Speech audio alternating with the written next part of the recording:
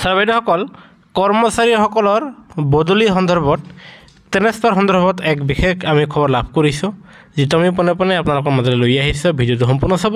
আনহাতে কৰ্মচাৰী পেঞ্চনাৰৰ প্ৰতিটো খবৰৰ বাবে আমাৰ চেনেলটো ছাবস্ক্ৰাইব কৰি নাপাহৰিব। ছাৰ বাইদেউসকলে চাওক, মন্ত্ৰী ডক্টৰ ৰণোজ পেগুৰ ঘোষণা, গৰমৰ বন্ধত হ'ব শিক্ষকৰ বদলীকৰণ, যাৰ ফলত ইয়াৰ পিছত কৈছে যে টেট নিযুক্তি পৰীক্ষাৰ যোগ্য প্ৰাৰ্থীৰ নথি পৰীক্ষণ প্ৰক্ৰিয়া আৰম্ভ হৈছে। আৰু সেয়েহে মাননীয় শিক্ষামন্ত্ৰী মহোদয়ে জনায় যে গৰমৰ বন্ধত শিক্ষকসকলৰ বদলীকৰণ হ'ব বুলি সংশ্লিষ্ট আইনখনতে উল্লেখ আছে। আবেদনসমূহৰ বিভিন্ন প্ৰক্ৰিয়া ইতিমধ্যে সম্পূৰ্ণ হৈছে। আবেদনসমূহৰ পৰীক্ষা পুনৰীক্ষণ প্ৰক্ৰিয়া চলি আছে। গৰমৰ বন্ধৰ সময়তে বদলীকৰণৰ আদেশসমূহ প্ৰকাশ পাব। অৱশ্যে ৰাজ্যত সৃষ্টি হোৱা বান পৰিস্থিতিৰ বাবে আদেশসমূহ প্ৰকাশ কৰাৰ ক্ষেত্ৰত 2 এদিন বিলম্ব হ'ব পাৰে বুলি উল্লেখ কৰি মন্ত্ৰীগৰাকীয়ে এইবুলিও কয় যে স্নাতকোত্তৰ শিক্ষকসকলৰ নথি পৰীক্ষা প্ৰক্ৰিয়া চলি আছে।